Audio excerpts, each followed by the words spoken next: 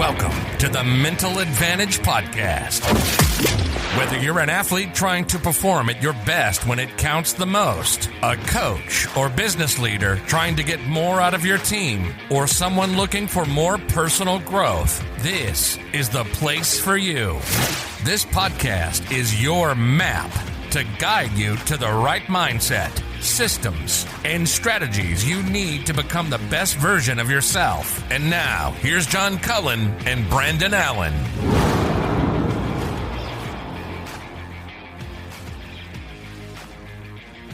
All right, welcome back.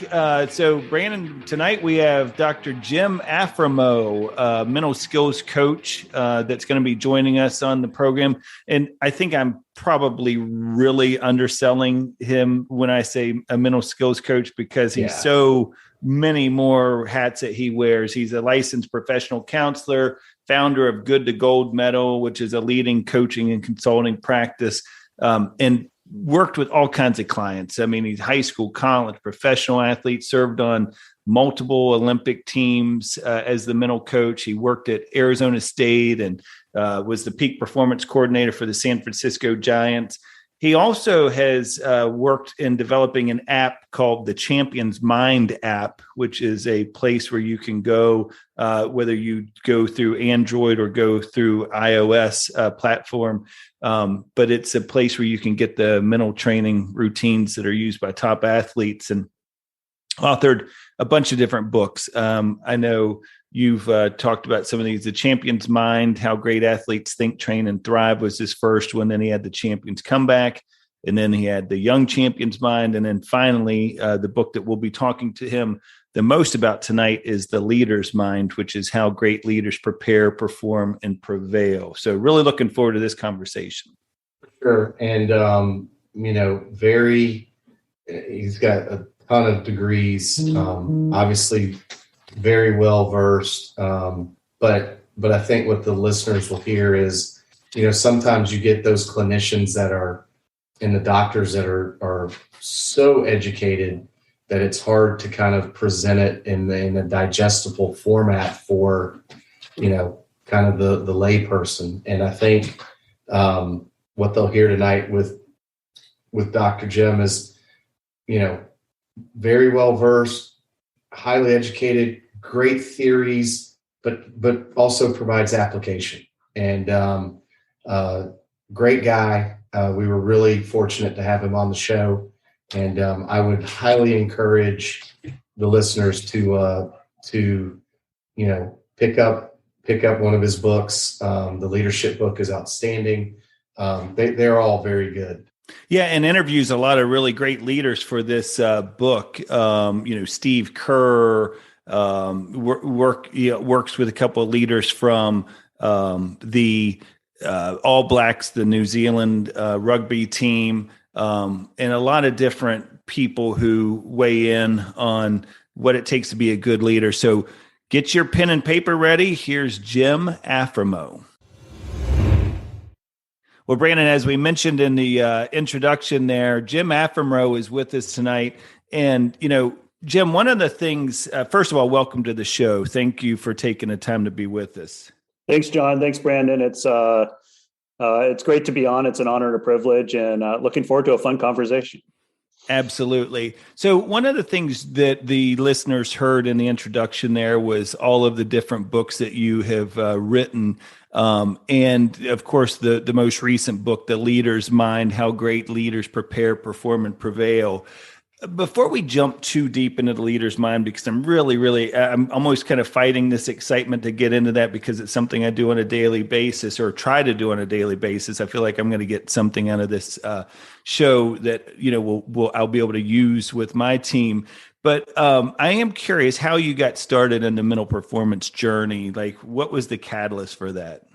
Yeah, well, I would say that, there's probably been two catalysts, in terms of events. The first one was just growing up playing a variety of sports. Grew up in a very athletic, kind of outdoorsy kind of family.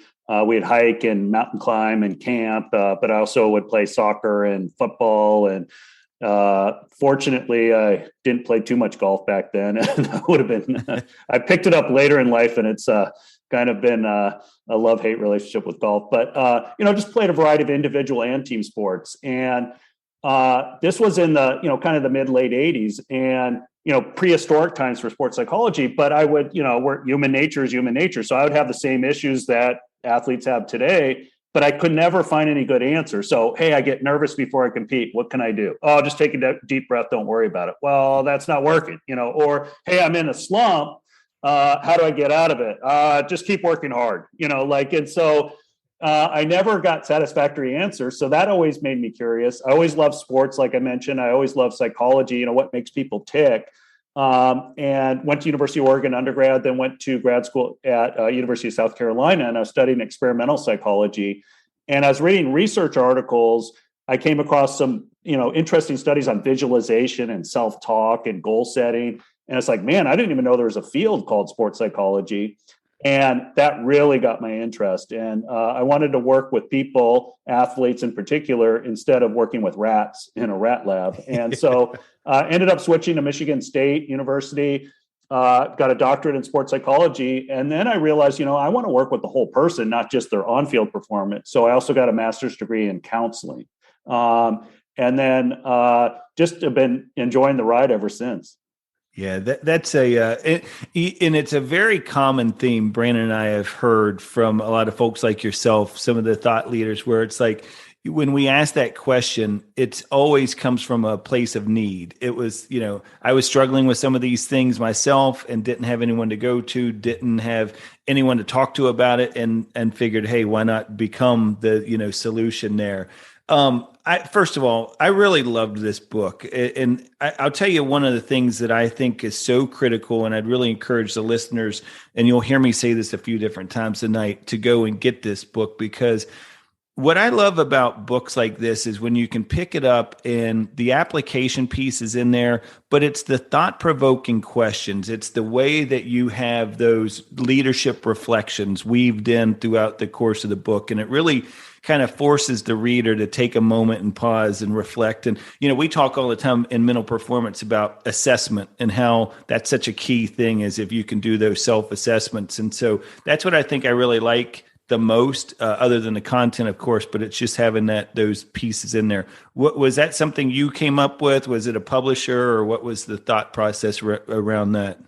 Yeah, I was very fortunate to work with Phil White. We collaborate on a bunch of different projects. He's a fantastic writer, and we kind of split up the chapters, and, he would write one, I would write one. We would do the interviews together, and we wanted a variety of leaders across different achievement domains. So, we have a neurosurgeon, we have, a fighter pilot, we have, Steve Kerr, everyone knows Steve Kerr in terms of, Golden State Warriors, and then, playing with Michael Jordan, the Bulls, and then San Antonio Spurs. But we got to talking. It's like, man, we want to kind of break it up a little bit. So, the reader can kind of stop and reflect, and self-reflection, as you said, is really the key to change. So, it's one thing to learn the tools, but, how am I doing with that one? Or where am I at on my journey? And so, that spending a little time with your own thoughts, I think, is important. We're too quick to kind of pick things up and then move on without really reflecting and kind of soaking it in and kind of getting it to stick in your ribs a little bit there. So it's crazy that we're having this discussion today, because I actually had this exact thing today. I had a lunch meeting, and I'm talking to one of the guys on our team, and this guy's tremendous at moving forward. And I said, you kind of need to slow down a little bit and look at the failures, if you want to call them that, learning opportunities, whatever. And let's not just discard those out the window like a banana peel. Like, let's digest what really happened here. But I think what my question to you, Jim, would be, self-reflection seems to be really difficult for a lot of people, right? Especially as an athlete, because you kind of have this, you got an ego. You have this giant ego that you have to keep fed, because that's part of the way that you succeed. So how do you manage the self-reflection and kind of get into your feelings, but still maintain that competitive edge that as a competitor and as a human being that we're all looking for? It's such a great question because it's hard after a tough game or a tough performance to really sit with it. And, what did I do well, even though it was a tough performance and didn't go the way that I wanted it to go? But what didn't go well? And you have to kind of, you have to be responsible for that. And if you have a growth, this is where I love the fixed mindset, growth mindset conversation where, if you have a growth mindset, you're open to the idea that, okay, I didn't do that as well as I wanted. How can I do it better next time? So I'll be a better athlete or a better leader or a better coach. And so to me, it's all about learning and growing. But that is hard because it's painful. It's painful. And so we want to forget about it as quickly as possible. Now, I like the idea of just have a simple debrief with yourself. It could be, what did I do well? 2 or 3 things. What could I have done better? 2 or 3 things. Maybe what was the main lesson from today? And then, when the clock strikes midnight, that game turns into a pumpkin. It's over. It's done. Turn the page, on the calendar. And next day, clean slate, fresh start, ready to win. Yeah. Jim, you brought up mindset, and it's interesting. I was just reading an article, and it's about a year-old article. It was in the Harvard Business Review. And the title of the article was, "To be a great leader, you need the right mindset." One of the things, and this really plays well with your book, is one of the things that struck me about it was there was a statistic in there. It was talking about how organizations have spent roughly 356, now this is a B coming up, $1 billion on leadership development efforts. Yet in a survey, 75% of the organizations rated those development programs as not very effective. And one of the reasons was because they don't focus on the right attribute of the leader, which is mindset. So my question to you is, what is it about the importance of leadership that inspired you to write the book? Yeah, I've always been more of a mindset guy, but I couldn't help but notice, it's pretty easy when you work with a variety of teams at at different levels. You start noticing, man, the teams that really excel have really good leadership on the team, or, really good leadership with the coaching staff. And so I was really intrigued with that.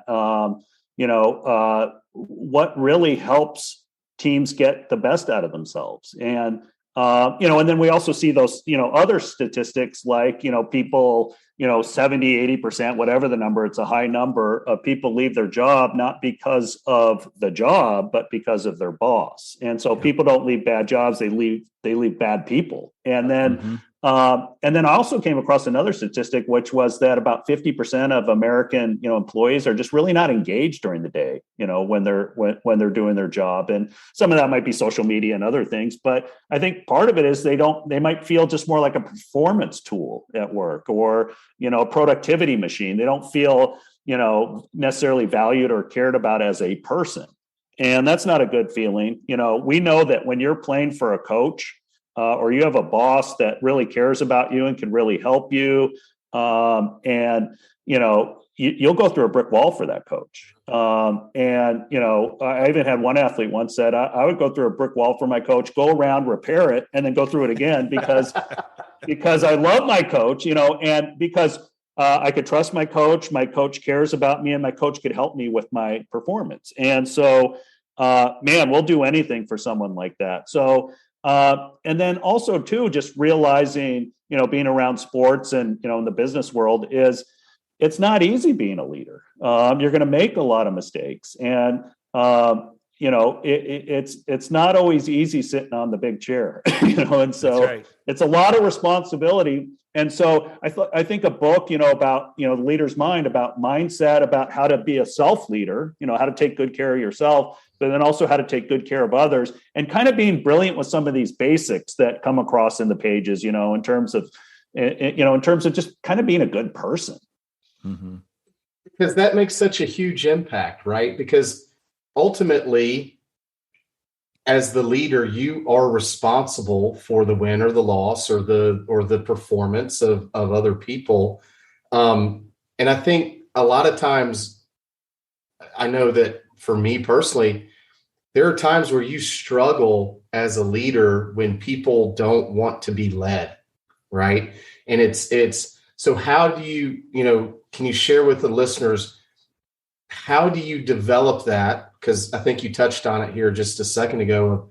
Hey, at the end of it, it's relational, right? I mean, it's so relational to get people to follow you, and you've got to love on them for them to accept your leadership.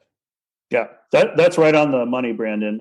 Even Coach K at Duke likes to say that it's not really about the X's and O's; it's about the relationships. And I remember one story that just popped into my mind. I was talking with the fire chief. This was years ago, and he said, "By the way, what would you do in this situation?" I said, "Well, what do you mean?" He said, "Well, one of the firefighters, one of my guys, I was going to transfer him to a different fire station." And the guy didn't want to go. And I said, "Look, last time I checked, I'm your boss. You got to go." And he's like, how do I get the guy to go? And, and all that kind of stuff. And I said, "Well, wait a minute. How well do you know this guy? And maybe, what's his internal logic for not wanting to go? Right. We don't know." And Right. so, have you had that conversation? He said, "Not really." And I said, "Well, have that conversation and see what comes up." So he basically met with the guy and said, "Look, you had a really kind of hostile reaction when I, mentioned the transfer to another fire station. What's going on? There must be a good reason for that." Instead of just, butting heads with them, well, there must be a good reason for that. And the guy said, "All my life growing up, I grew up in a family where we moved all the time. And, I always felt left out. I would start at a new school. I always felt lonely. And, it was pretty traumatic growing up. I never had, my roots in one place. And now I kind of feel like I do. And then I'm being asked to transfer to another station." And so just that understanding, making that personal connection, having the positive, good communication, they were able to really work together and find a, solution that benefited both of them. And then they actually became friends because, the other guy, the fire chief is like, actually I moved around a lot too. That was hard, and Yeah. so they really they bonded over it. And again, it goes back to your relationship, idea. It's like, it's not always about the uniform. It's the person in the uniform. Can you really connect with that person? Mm-hmm. It's such a key point, and I really want the listeners to understand this, because one of the things, and Brandon teeing that up with the relational comment, is that I tell young leaders, young coaches, is you have two kind of powers, right? You have personal power and position power. You always, as the coach, as the boss, have position power at your disposal. At the end of the day, if you want to play that card, you can play it. Just to the point of that fireman you were talking about. But they will tell you, people like yourself will say, 95% of the time, if you can operate out of that personal power piece of it, they're doing it just because they know that you're vested in them. They know that you care about them. They know that they can trust you and that you have their best interests at heart. You're going to be way more successful than you will if you are the person who comes out just wielding that position power all over the place. That's it. Just as I mentioned, Steve Kerr, we feature in one of the chapters. And when he took over the job at, for the Golden State Warriors, he had no coaching really, experience. But he had good ideas. And one of them was get to know the players as people first. And so he reached out before he even accepted the job, or right after he accepted the job, and called every player individually. "Hey, where do you live? What do you like to do? Can I come see you?" I think he even went to Australia to see one of his players. He did. Yeah. And so really got to know what makes them tick, who they are, what they're like away from basketball. And that was a game changer for him. He got a lot of good advice. And that's what I love about leadership, is there's always more to learn. There's, and so he had that growth mindset. He didn't think, I played for this coach and that coach, and I played in the NBA. I know what I'm doing. I probably shouldn't bring up Urban Meyer right now, but it seems like the opposite approach of what Urban Meyer had down in Jacksonville. And so, it's like, I want to get to know these guys. And what I love about Steve Kerr's example is he's a collaborator. It's like, I'm not on the court with them. I need to know how they see things outside on the court and, out there on the court. And I want to get to know them so that, we all are working for the same thing. But he also, is very clear that I'm not going to be best friends with them. I'm still in charge. You just touched on it, right? So as a leader, there's a fine line, right? Because at some point, you're probably going to have to make a very difficult decision that is going to impact the life of, one of the people that you've got this relationship with. So how do the leaders, is there a common thread through the leadership in the group that you talk to on how they manage the relationship and how to deal with, those difficult decisions with people that you love? Yeah, I mean, if you truly love someone and you care about them, which again, that you need to if you're in a leadership position, I think. Otherwise, you're in it for the wrong reason, and that's why what really comes across the common thread with all the people that we interviewed for the book is that they really do care about people first, and they are true servant leaders, even though they don't always use that terminology. But just like with a family member, you got to have those tough conversations sometimes. And it's, look, I love you as a person, but I need this different, or we might have to make this move for the benefit of the team because I care about everyone on the team as well. And I think when you're honest, Joe Madden, the manager when the Cubs won the World Series for the first time in a million years, and now he's with the Angels. He said, "Look, if I'm honest with you, and even though you might not want to hear what I have to say, you might hate me for a day or two, but right. if I lie to you, you're going to hate me for forever." And so, and I think that's important. I think people appreciate that. You're in that position. It's not an easy position, but they want you to tell the truth and be tactful about it. There is a little bit of an art and science to communication. I think what I tell my team and I tell folks is I believe that I think you manage expectations too. In the beginning of those relationships is sitting down with that person you're going to be leading now, as you let them know ahead of time. What I see my role is somebody who's going to identify blind spots. I think innately people want to do well. They want to do the best. They're not trying to mess up. They're not trying to make mistakes. So if you come at it from that angle and you explain to them, I'm here to help you. And what I am going to do is just help you identify some of these blind spots that if you were aware of, you would probably want to change, but you're just not aware of right now. And it came from Johari's window, I believe, was it's a really good piece on, identifying blind spots. So. Yeah, leaders are really good at that because, they get a 360-degree view. And even as my work, more in the consulting work, I had one professional baseball player tell me, he said, "Man, it's nice to have a perspective outside of myself because I'm just too close to the picture." And he said, it's kind of like trying to read the label on a bottle when you're in the bottle, and so kind of having that leader or mentor or go-to person that you can kind of bounce ideas off of.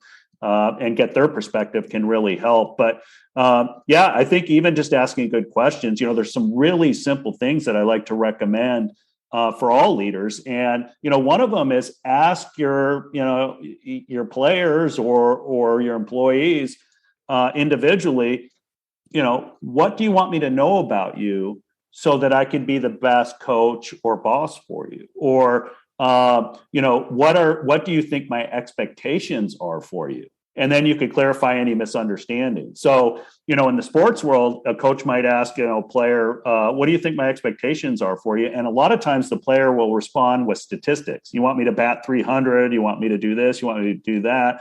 And the coach might be thinking, no, I just want you to run as hard as you can to first base. I want you to be a good clubhouse guy and kind of keep the morale up when we're going through a rough patch. I want you to, work on this or work on that. I'm not, I love those numbers that you brought up. And if that happens, great. But here's what I want you to focus on, more of those, kind of values or process goals. And so just clarifying that can be really important.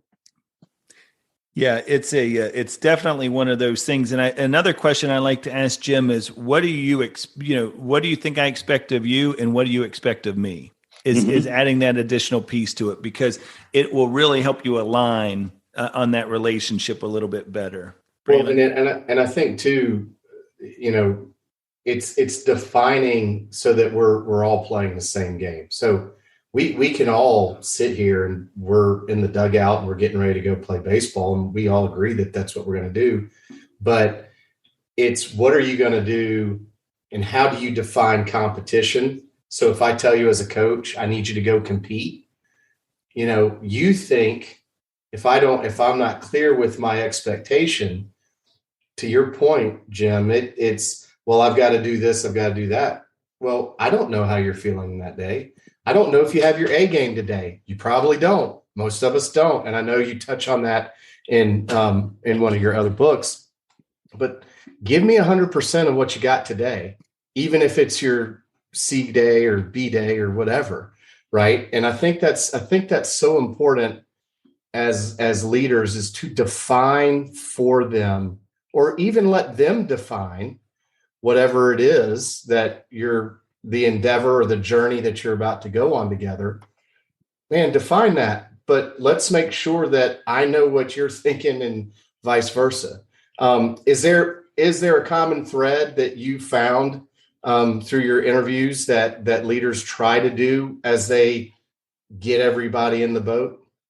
Absolutely. One of the chapters is on, we interviewed Paul Ratcliffe. He's the women's soccer coach at Stanford, and he's the most successful soccer coach in Stanford history, men or women. And I think they've won 3 national championships, and he's been coach of the year a bunch of times. But what he does is he asks his leaders, his strongest leaders, what do you value? What's important to you? He wants to find out from them what gets them going, what's important to them, who they want to be. And then that becomes part of the culture. So I love what he says in the book. He says, it's not Paul Ratcliffe's culture, it's Stanford women's soccer culture. And so that can change a little bit over time, depending on the players. And I really like that, because, it's not top down. It's kind of bottom up in terms of, we're all in this together. What's important to all of us. So I'm glad you brought up culture, Jim, because, and Brandon will attest, this is probably one of my favorite subjects that we talk about on the show. There's a chapter, the chapter with Steve Kerr. He talks about his time with Pete Carroll and how he learned, when it comes to creating culture, everything has to be real and authentic. Everybody, and we see this all the time with organizations, with, teams where they put the posters on the board. They might have a few slogans up on the board or whatever, but nobody's doing it. They're just slogans, right? It's just something that they're putting up on the board because somebody along the line told them that we need to have culture. Why do you think culture plays such a large role on teams, and how as leaders can we help develop that? Yeah, sometimes, building a culture can actually backfire big time, where people get really cynical. Exactly what you said in terms of, we have all these slogans, but what do they mean? And do we actually live by these slogans? Are they authentic to us? And is our boss, is our leader, is our coach walking the talk? And so I think it all starts there in terms of your personal example. Steve Kerr, he has his core 4, joy, mindfulness, and competition, and, empathy or brotherly love kind of deal, in terms of we're in this as a family. And those are true to him. And so each day it's like, I got to live these values. This is who I am. And they're authentic, so they ring true to the players, and then they feed off of that as well. I think when it's too manufactured, in terms of maybe too many values, or, again, the coach, does the coach live these values? I remember one major league player that I worked with, baseball player, I said, what advice would you give for a manager? And he said, number one is, don't forget how hard the game is. A lot of times, coaches, bosses, and leaders, forget how hard the game is. And then they rip into the players, and they're like, well, wait a minute, I could see your stats from back in the day. You weren't perfect either. So, remember, the game is hard, and, in business, work is hard. Now that's number one. And then number two, as a leader, you should always ask yourself, when you show up, to the field or to the office, would I want to work for me today? Would I want to play for me today? And I think that's a great question. But yeah, I think a lot of times culture is one of those things where, if you do it right, it's the difference maker, because it's like, here's how we do things around here. This is what we're all about. It becomes your identity. But I think if it's forced or, it's at odds kind of with how the leaders actually run things, then I think it does more damage than good. It's funny, is one coach I worked with, he had been in pro baseball forever. And I said, what was the game that you managed the best? And he said, he's talking about all these decisions he made during the game. And I'm like, man, you guys must have kicked butt that game. And he goes, no, we lost 12-4. And I said, what are you talking about? And he goes, yeah, but we should have lost, 15, to 2 or something like that. And right. he said, he's kind of basically saying, leaders could probably could only help about 15%, but they could, probably hurt about 30%. So, kind of the first rule is do no harm, and so yeah. I thought that was really interesting insight and good humility on his part as well. Yeah. And it's funny, as we're talking about culture and kind of unpacking some of that, one of the chapters, and you talk about when we think of culture, you think of, James Kerr's book Legacy and the All Blacks, right? I mean, they are if you're creating culture, I think a lot of people would agree they're kind of that barometer we all would shoot for. But one of the things that Steve Hansen says in the book is he says, you can't lead others if you can't lead yourself. And you kind of touched on that a minute ago, is like how important it is as a leader. It's one thing to go and, don't do as I say, or don't do as I do as I say kind of a thing. But that doesn't go very far anymore. And I'm not so sure it ever went very far, but it's definitely one of those things people are paying attention to. Yeah, integrity is everything. You can't have half integrity. It's like, again, do you walk the talk? Are you who you say you are? And, again, are you a good person? For the book, it's interesting you bring up the All Blacks. We interviewed Nick Gill, who's the strength and conditioning coach. And he gave a lot of great insight. He said, we've even moved on from some of that stuff that was in Legacy. And oh, really? Because he said, it's ever evolving. But he did say that, they still have the same principle. Don't be a dickhead. Yes, so, that's right. Keep it simple. Yeah. And, but, basically it's just, they're trying to do everything better all the time. And, really when you look around in terms of leadership would be, in terms of on the team or with the coaching staff is, would I go to war with this person? And it's a real serious question. Would I go to war with this person? And I think if, immediately say, yeah, I'd go to war with this person, that's a good leader. That's a good teammate. From that chapter, Nick Gill also says, at the All Blacks, leadership is very much a shared model of operation. And Jim, I think this is a really important thing for a lot of leaders to understand is it doesn't have to be, as we talked about earlier, top down, but it's that collaborative, there's so much diversity of thought that's out in society now. Like, let's take advantage of it. Let's tap into it. When you have people who are coming from different angles, it's okay, and have the confidence, be self-secure enough as a leader to be able to say, I want to take all of these inputs from everybody on the team here. Ultimately, the decision will be mine as a leader, but I still want to make sure that I'm, taking as much information from everybody as possible. Yeah, I love John Wooden, legendary coach, obviously. He said, man, I love hearing what my players have to say because they have brains too. I'm not the only one with the brains. And but that's so important because I think an insecure leader would want to surround themselves with, kind of yes men or yes women that, that aren't a threat. Whereas I think, a strong leader is someone that's like Steve Kerr or any of these examples that we're talking about. Man, I want to surround myself with people that are way smarter than me because I want to learn too, and I can't do it all. But I love your point about growing leaders. That's one theme that really pops out here, and with interviewing all these different leaders is they love growing other leaders. And passing the torch on. And that is just wonderful. That mentorship, I'm here to help grow these people, not just to get something from these people. So Jim, how as a leader, especially in today's society, right, where leadership requires patience, especially to grow leadership, right? I think at one point, I forget, it's a old philosophical quote where it was, the wise man plants a tree that he'll never sit under, right? But it takes so much time, or whose shade he'll never appreciate or something. But it takes so much time in a culture, when you start talking about societal cultures, that people just don't seem to have the patience anymore. So, and I think that's a threat to really good leadership, because I can look like a leader on social media. I can puff up and to your point of walking the walk and talking the talk, but how do you instill the patience required in leadership today, given today's society? Well, today's society has a bad case of short-termism, which is we want immediate results, and it's kind of a microwave society. We want it when we want it, and as we were talking about what John brought up, I love the idea of culture too, and it takes a while to turn programs around or companies around, and so patience is truly a virtue.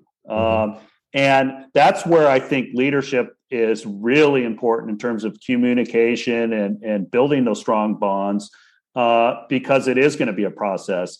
And as the leader, you need to be the kind of the keeper of the flame. You got to keep hope, because there's going to be dark days. There's going to be times where it's like, this is never going to turn around. This is never going to turn around, or we're never going to get there. But you got to be the keeper of the flame, which is providing hope. And I think that's what a lot of the best leaders do. When you look at a lot of the most successful programs, I mentioned John Wooden earlier. They didn't win a national championship till, I think, what was it, his 10th, 11th year at UCLA. And then all of a sudden, boom, boom, boom, they were off and running.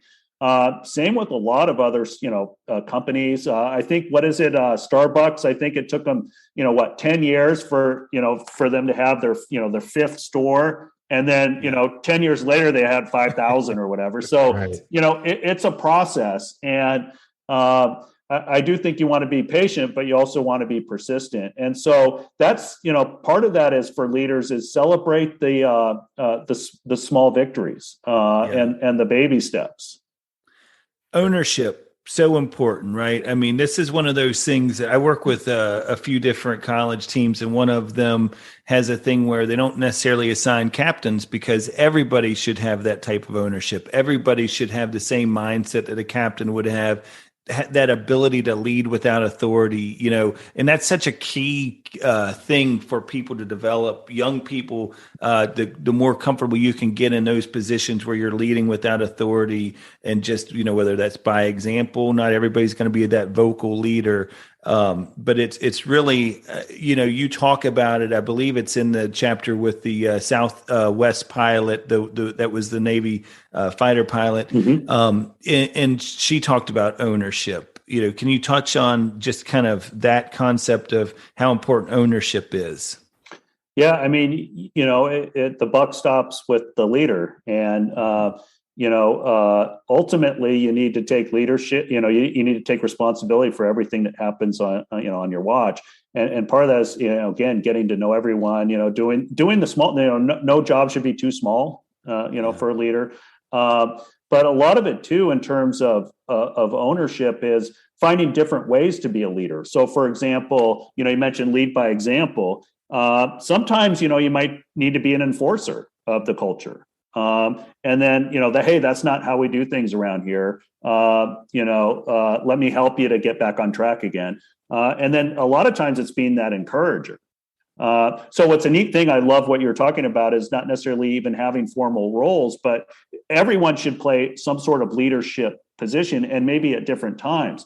So, I know that on the USA women's volleyball team, they do have captains, but they're selected because they have different traits and characteristics that could come in handy. So one person might be, she's the enforcer. She'll be able to make sure everyone kind of, is on track. But then, hey, this other player, she's really good at checking in with people in terms of, hey, how are you feeling today? Do you need a little support? So Always look for opportunities to show leadership. And then sometimes we don't even think that we're being a good leader when we are. Like, for example, student athlete taking care of business in the classroom, that you're showing leadership out, off the field, because that helps our team in terms of grade point average. And then also when you come to practice, you can be focused because, you're not stressed out about your studies.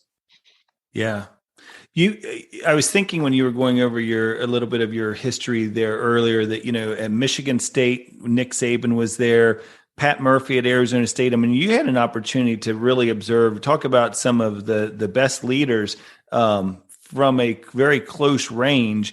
Were there, and this was Nick Saban before all of the national championships at Alabama, but I'm sure that you probably observed some things in either Saban or Murphy early on, in their career, so to speak, that were important. Was there some observations you could tell that they were on the right track?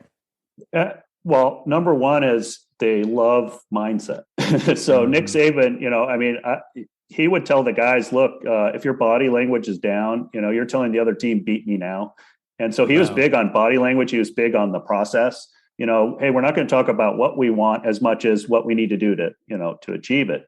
And Pat Murphy was great. He's like, hey, come to practice, talk to our players. And, he just loved learning. And he just knew the importance of the mental game for success in baseball and in life. One of my favorites was when I was with the Giants organization, Dusty Baker was back with the organization. Okay. And it was after the Nationals. And then before, now he's with the Houston Astros, as we all know. Another great season he put in. We spent a whole day and he said, man, I love what you do. And I said, well, what do you mean? He goes, back in my day, we didn't have a sports psychologist. We had, he said, I had to go to Venezuela and meet with a hypnoptist because, right. He said relaxation and concentration. And, I'm sure he played, winter ball there, whatever. But I love talking with him about leadership. And I would go through a brick wall for him because he was just such a giving, caring person when I talked with him. And he got up in front of all the minor leaguers and said, we were over at the minor league complex and said, hey, any of you guys, if you're not meeting with Jim, meet with Jim because he could help you. This stuff's important. He didn't need to do that. But he shared some great stories. And I said, what's your kind of attitude when you're managing? And he said, I always try to just think something good is about to happen. And so I love that because, he said his favorite quote is from Luke Appling, a former Hall of Famer from way back in the day, who said, if you want to play lucky, you got to think lucky.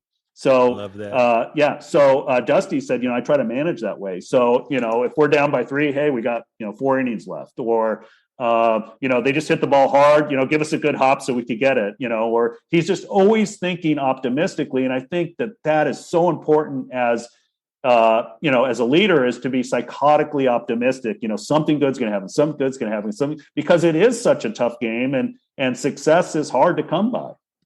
Like you just said a few moments ago, right? You have to be the bearer of the flame. At some point, you have to be the light when it's kind of hopeless for some of the kids or folks on the team. So how do you reconcile? Because you have come up through you've seen a huge shift in mindset of even the coaches. So we've talked to Dr. Brett McCabe. He does some stuff now with Saban. Saban clearly is process driven. He's patient leader. He was an early adopter, it sounds like. But how have you seen that change from when you started to now, where folks seem to be a little more open to seeking guidance from doctors like yourself? Yeah, well, I would say it's gone from, sports psychology, mindset training, even leadership training has gone from a nicety to a necessity. And, lots of luck if you're going to wing it in those areas, the margin for error is so small. So, for example, when I was with the Giants organization, you had players from all over the world. You had guys from, Asia, you had guys from the DR or Cuba or Venezuela, you had guys from Canada, you had guys from all over the US.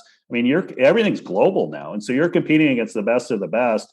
for a set number of spots, on the big league roster. And so, champions want every edge they can get, and you better be trying to get every edge you can get.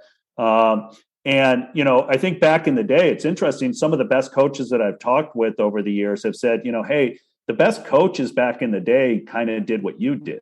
It wasn't that they had, like Vince Lombardi and all these guys. It wasn't like their schemes were so great or, their X's and O's were perfect. It was they really knew how to, again, be a great leader, in terms of, kind of a servant leader kind of guy. But also they really understood, things like confidence or concentration or composure or commitment. And they instilled those values and those, characteristics in their players. That's why they were successful. So that's, I think that's a really great insight. But yeah, and then the other thing too, what I love about, we're talking about leadership and mindset is they're just great life skills, and so what really makes me smile is when an athlete says, hey man, this really helps with, my relationship with my partner, or this really helps me in the classroom, or, now that I've, had a great career in my pro sport, I'm ready for my next challenge versus, I just feel like what's next, now I'm going towards something because I have all these skills and strategies, to take on any challenge. So, that's what I love about the mental game. And then also too, it's just creative. So, there's a saying now, in terms of mindfulness, be where your feet are. Well, one of the top, ice dancers in the world. I've worked pretty much with every sport except probably camel riding or, by now. That's I've next week, right? Well, I've done bull riders, but it was fun. We were talking about that concept. She said, but we also talked about being a predator out there, like go, take what you want and go out there to make something happen and, love the hunt, love the challenge. And so she said, I said, you want to be where your feet are or your skates are. And she said, no, I'm going to be where my claws are out there, nice. I'm going to be really in the moment. So I love the creative part of the mental game as well. And it kind of takes me back to one of your books, The Champion's Mind. And one of the things that you talk about, and I've heard this say, we had a guest on our show actually would say, stand out for something. And you talk about it as, get world class at something. And I think that's that mindset. You talked about how, the things that you're talking about in your books, the things that you talk about with your clients, these are all things that are, like you said, life skills.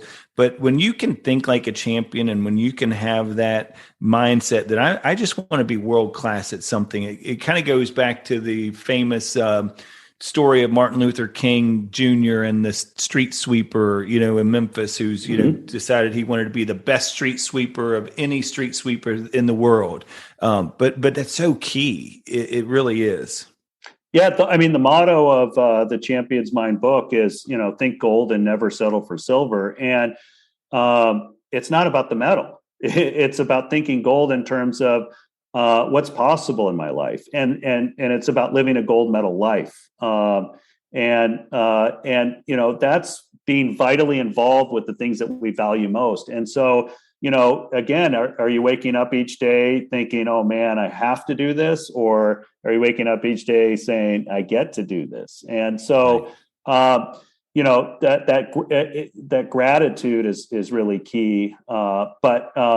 No, I do think having big goals and big dreams is important. I think most of us play too small, or we're worried. We're thinking, I don't want someone to get their feelings hurt, or I don't want them to try and fail. Well, again, it's more about the journey and finding out what you're made of and testing yourself and challenging yourself. And those are the things that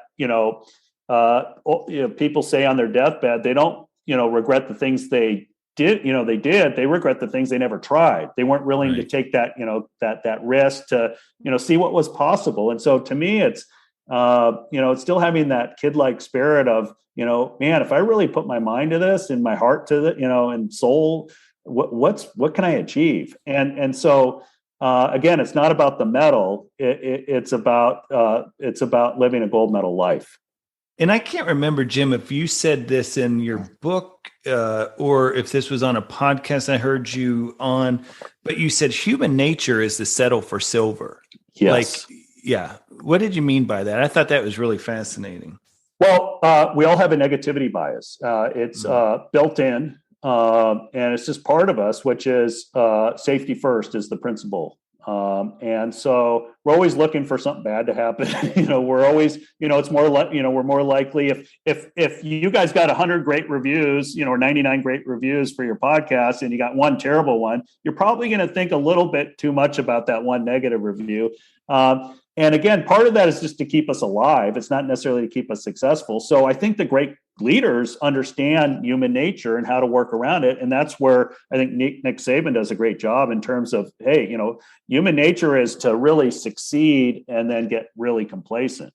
And, he's like, no, we got to find a new mountain, or we got to start at the bottom and love that challenge of, finding a new big goal or winning another title. But it's we want to be comfortable. I think what is it that, the average, if someone makes about $70,000 to $90,000 per year, I remember reading this somewhere, they're pretty much, okay, I'm good with that.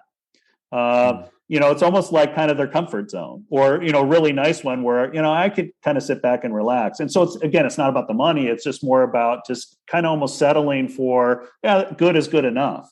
But I don't think we're really alive when we do that. So I think part of being a champion is overcoming human nature to settle for silver, or, just kind of the silver version of ourselves is good enough. And again, that doesn't sound too exciting. I remember back in the day, I was working with an athlete that was kind of settling for silver. And I said, who's your favorite team? And, I think it was the Lakers at the time. They're really tough to beat. And he's like, man, I love how they're just going for it. They're wanting to win all these titles. They're, Kobe and all this stuff. And I said, you're more excited about the Lakers than your own game, in your own life. Right. I said, they're not settling for silver. Why are you? And it really hit him. He's like, man, I love them because they're going, they're committed to excellence. Why? I need to start loving myself the same way. So part of, I think, thinking gold is staying in love with yourself and what's possible. Great last word. And we can't thank you enough for joining us. I knew that hour was going to fly by. I do want to ask you one question about the Champion's Mind app. Is that still available for people to, because it's a app that, tell us a little bit about that app. It's helping with the mental training, the same things that you're working with some of your athletes on. Well, we spend a lot of time on our phone, as most of us know. And so put together an app called Champion's Mind app, and, it's available, at the App Store. But we're kind of in a fun process where we spend a lot of time working on it, adding, a bunch of audios and different, kind of practical, experiential exercises. And they're short too, which is good. To kind of get those little short mental training sessions in. But we're excited to kind of, working with a small team of guys, what do we want? What's possible? Also thinking about a Champion's Mind course that maybe you could take online. So just a lot of options. It's fun to kind of learn through different mediums. Well, keep doing what you're doing, because I'm telling you, it's helping so many people. We listed all the books earlier. The latest book, of course, The Leader's Mind, How Great Leaders Prepare, Perform, and Prevail. Do yourself a favor. Go out and get it. I have my copy. I know Brandon's been reading it as well. But we definitely thank you for joining us, and would love to have you back sometime. Thanks, Brandon. Thanks, John. And thanks for being good leaders and doing what you guys do. You make the world a better place. Thank you. Appreciate you. Want to provide feedback or stay up to date with the show? Visit our Instagram page at Mental Advantage Podcast, or you can send us an email at podcast@mentaladvantage.net. To have John Cullen work with you or your team, please write to him at john.cullen@mentaladvantage.net. Thanks for listening to today's episode.